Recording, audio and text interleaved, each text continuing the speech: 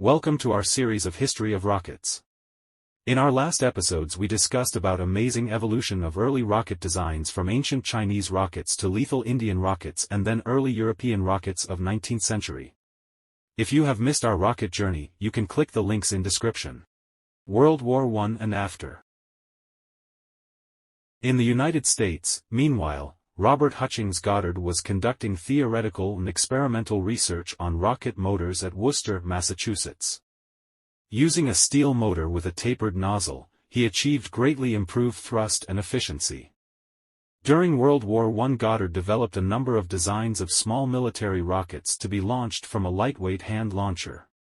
By switching from black powder to double base powder, 40% nitroglycerin, 60% nitrocellulose, a far more potent propulsion charge was obtained. These rockets were proving successful under tests by the U.S. Army. When the armistice was signed, they became the forerunners of the Bazooka of World War II.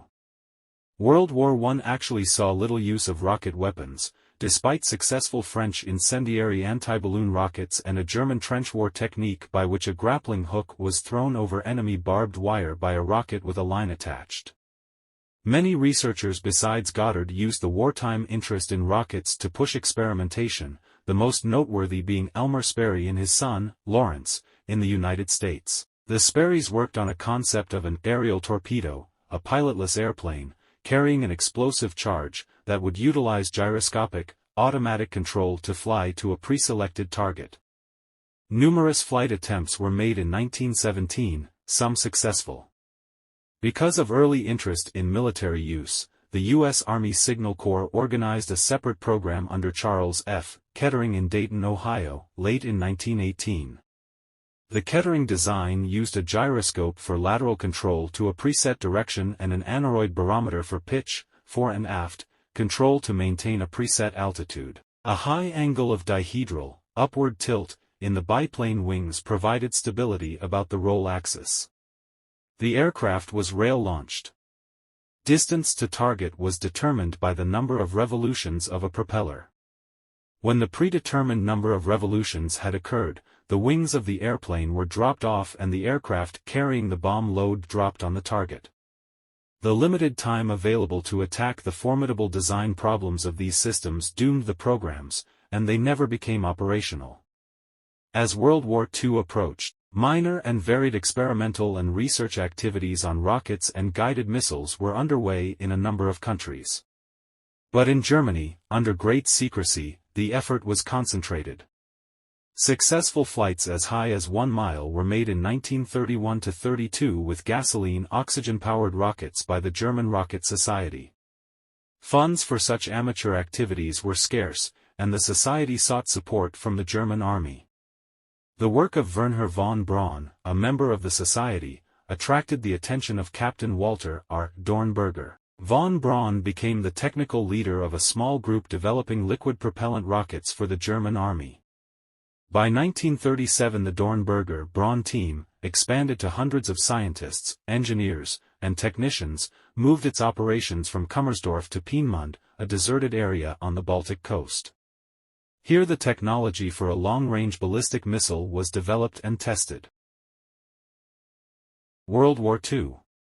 World War II saw the expenditure of immense resources and talent for the development of rocket-propelled weapons. Barrage rockets.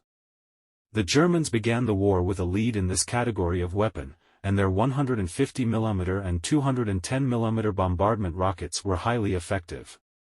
These were fired from a variety of towed and vehicle-mounted multi-tube launchers, from launching rails on the sides of armored personnel carriers, and, for massive bombardments, even from their packing crates. Mobile German rocket batteries were able to lay down heavy and unexpected concentrations of fire on Allied positions.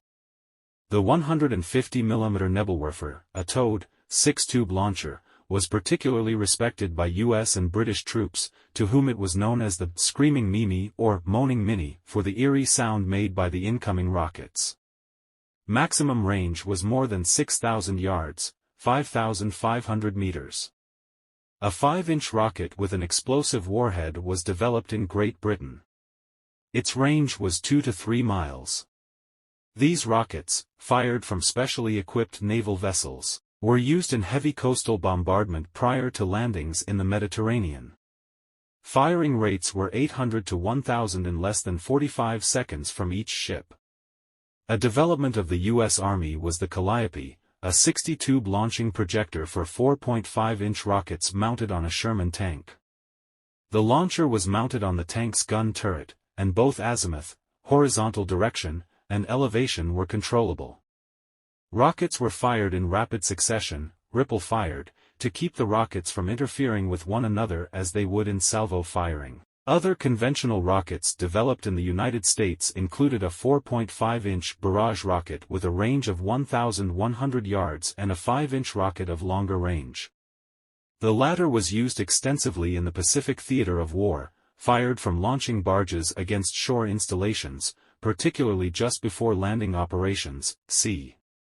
The firing rate of these flat-bottom boats was 500 per minute. Other rockets were used for smoke laying and demolition.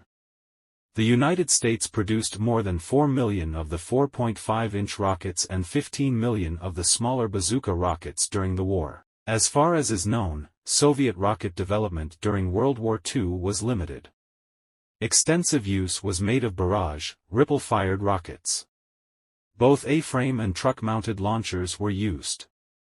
The Soviets mass-produced a 130mm rocket known as the Katyusha. From 16 to 48 Katyushas were fired from a box-like launcher known as the Stalin organ, mounted on a gun carriage. Your likes, subscriptions, and shares inspire us keep the curiosity alive. Thanks for watching our video.